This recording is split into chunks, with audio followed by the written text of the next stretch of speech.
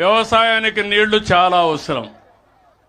ఒకప్పుడు నిద్ర లేసి వర్షం పడకపోతే వర్షాధార పంటలు మీరేస్తే ఆ తర్వాత ఎప్పుడు కూడా ఆకాశం వైపు చూస్తూ ఎప్పుడు వర్షం పడుతుందా అని బాధపడేవాళ్ళం.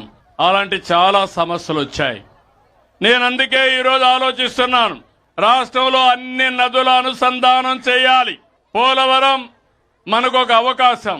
పోలవరాన్ని పూర్తి చేసుకుంటే సముద్రంలోకి పోయే నీళ్లు వ్యవసాయానికి మళ్లించే అవకాశం ఉంటుంది.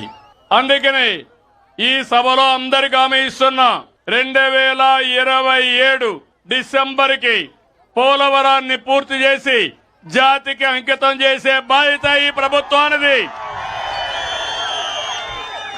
సుమారు 7-8 సంవత్సరాల కంటే ముందు నేను ఆ రోజు పట్టిసీమ లిఫ్ట్ ఇరిగేషన్ తీసుకొచ్చాను.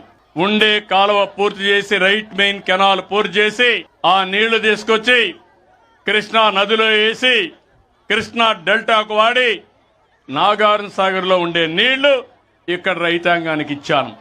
శ్రీశైలంలో ఉండే నీళ్లు రాయలసీమ రైతులకు నీళ్లు ఇచ్చాను. ఈసారి నేను ముందే పంట వేయమన్నాను, మీరే సిద్ధంగా లేరు.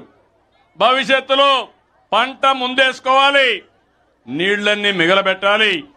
రాబోయే సంవత్సరం నుంచి నీటి ఎద్దడి లేకుండా చేసే బాధ్యత నాదని మీ అందరికీ హామీ ఇస్తున్నా.